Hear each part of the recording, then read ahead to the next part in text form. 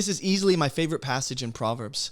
Welcome to another Bible study walkthrough where you're going to learn some effective Bible study skills. And at the end of this beginner Bible study walkthrough, you'll know how to read the Bible better and you'll know how to recognize wisdom when she cries out in every arena of life. Starting in verse 20. Let me get my pen because I lost it. Starting in verse 20, it says, "Wisdom cries aloud in the street." Wisdom here is seen as someone who's lifting her voice. In the markets, she raises her voice.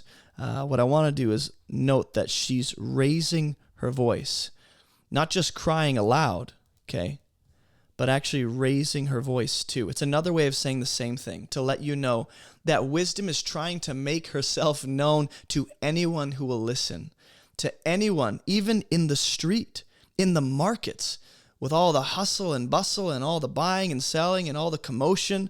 Everyone else's voices kind of drowning out. Even wisdom is speaking. The problem is, it seems as though with all the other noise and distractions and voices that are often drowning out wisdom, people end up missing the wisdom that God is essentially offering in the streets, which I want to highlight that, and in the markets. It's interesting that here, the streets and the markets are specifically referred to. Of course, different culture, ancient Hebrew culture, markets and streets noted something far different than what we know. But the point is, it's where all the action happens. It's where it's hard to recognize her voice because there's so much noise. But for those who are willing to listen, she is crying out pretty loud. At the head of the noisy streets, she cries out. So I want to highlight that too.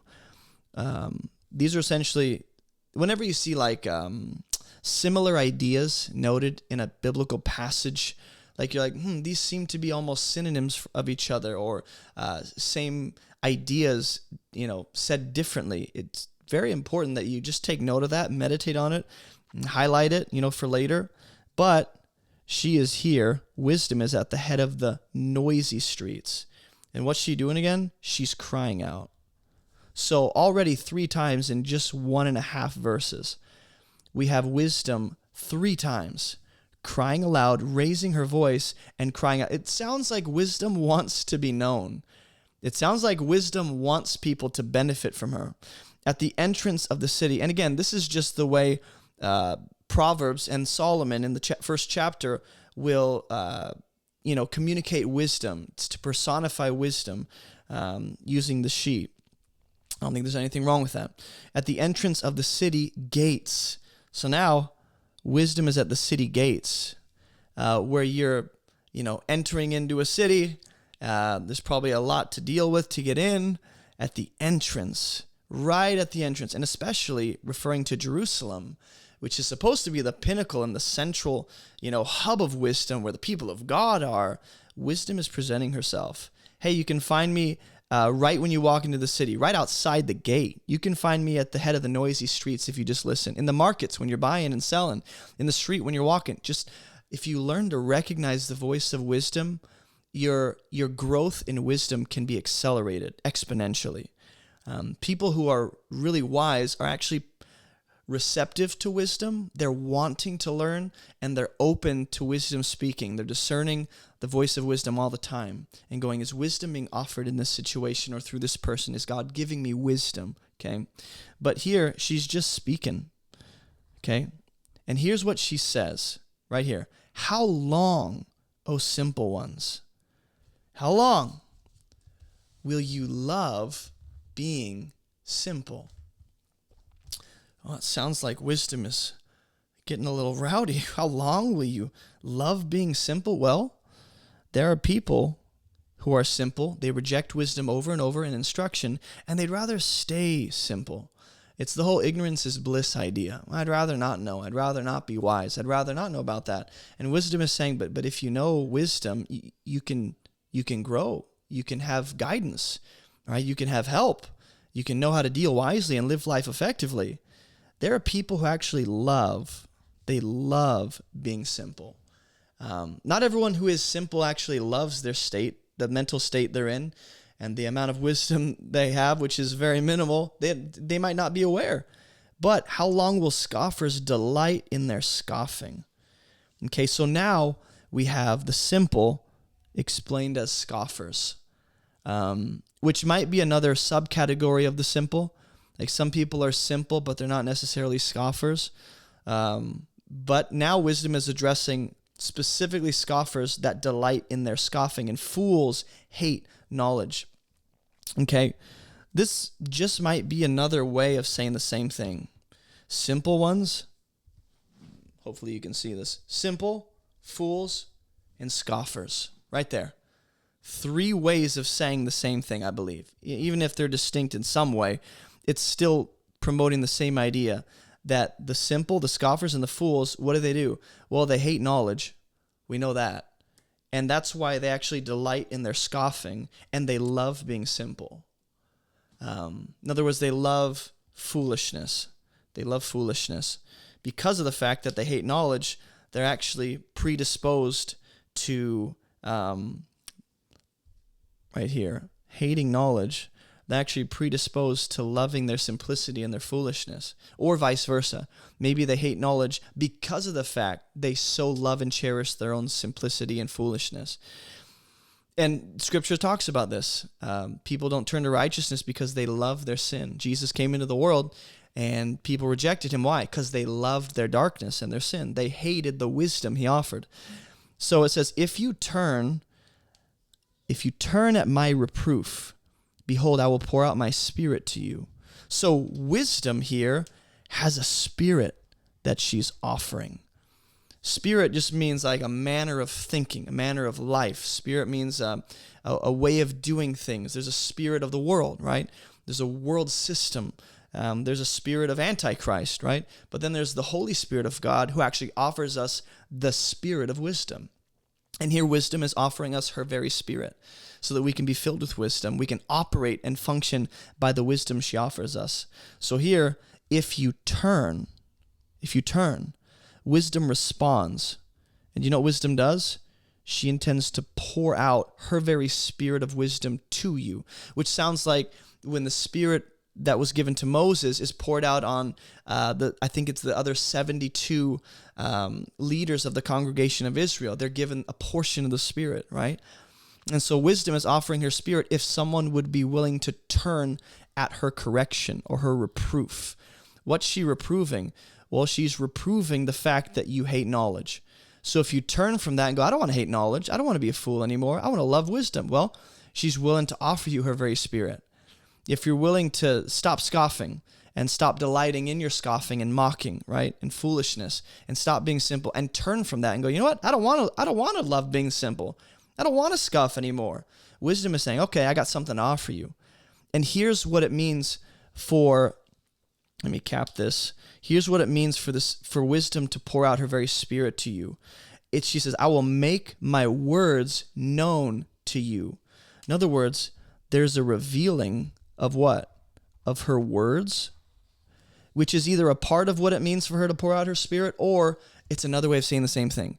If you're like, wisdom, how will you pour out your spirit? Well, I'm going to make my words known to you. This sounds like the understanding or the insight that Solomon is offering the son in the beginning of Proverbs, right? Wisdom is offering through the words to make known understanding and insight.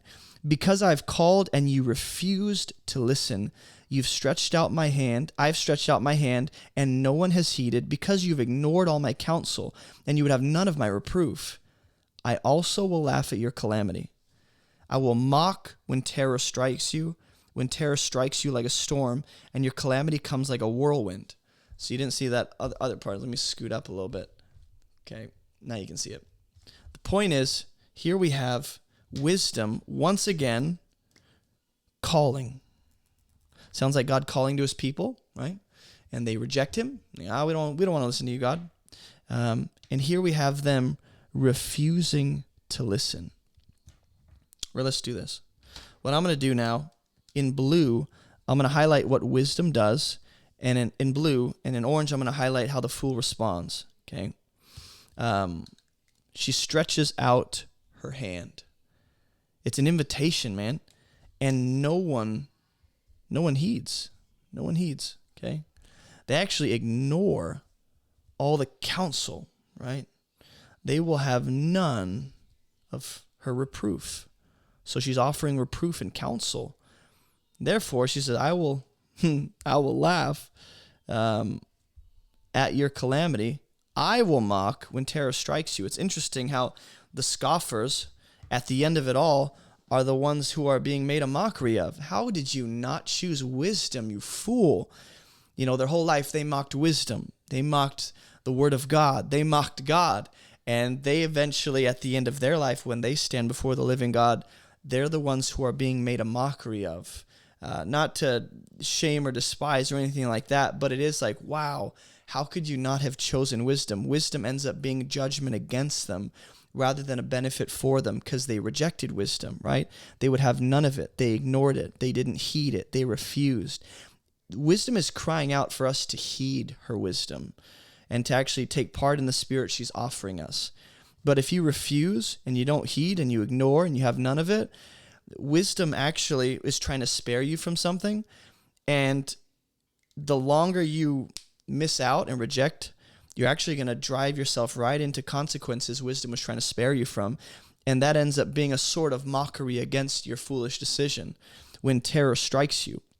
When terror strikes you like a storm and your calamity comes like a whirlwind, when distress and anguish come upon you. So I want you to note all the different ways the consequences of their foolishness come upon them, okay? Wisdom is going to laugh at their calamity, right? It's called terror. Terror, calamity, and distress and anguish. Those are all different ways of saying what is the result of being foolish and rejecting wisdom. Distress, anguish, calamity, terror, okay? But notice the language that's used of how it comes upon them. It actually strikes someone, right? Terror strikes like a lightning strike. Hey, like a storm. Your calamity comes and is compared to a whirlwind. Often a storm, lightning striking, a whirlwind, fire, those were often signs of God's judgment coming, okay? So this ends up being a kind of consequence, of course, for their own foolishness, but it ends up being judgment against them. God is trying to spare people from what their foolishness will give them by giving them wisdom. Here's wisdom. Don't go there. And they go there, well, I'm giving you over to the consequence. Distress actually comes upon them. So it's just worth taking note of how disaster or terror or calamity ends up invading these people's lives. It's kind of sudden, like a storm it strikes. Like a whirlwind, it just comes upon you. It's just kind of sudden. When you least expect it, when you think you're safe and secure and your foolishness got you what you wanted, all of a sudden you're faced with the fact that you probably actually don't want to be there. Okay, so that's how wisdom works. Wisdom is offering time after time after time after time, saying, come, eat, enjoy, participate. Here's my spirit. I'm offering, I'm crying out, I'm raising my voice. And as much as wisdom offers herself, it seems like a long time, but suddenly foolishness strikes us, right? Wisdom seems like a very slow, methodical process to gain and grow in, whereas distress seems very sudden from rejecting wisdom. What we'll do next time is we'll start in verse 28, and we'll continue down to verse 33, finish this chapter, and talk about really the end of those who are foolish and reject wisdom. They actually, there's a lot that ends up coming upon them besides these things that are likened to whirlwinds or storms or terror, all right? So that's today's Bible study. I hope you learned just a few things, maybe some highlighting methodology, some ways that you can personally start taking notes in your Bible, or what to recognize, repeating ideas. When something is listed, highlight that. When you see an idea communicated in different ways, pay attention to that. So I hope this was beneficial to you. Thanks for watching. I'll see you in the next Bible study walkthrough.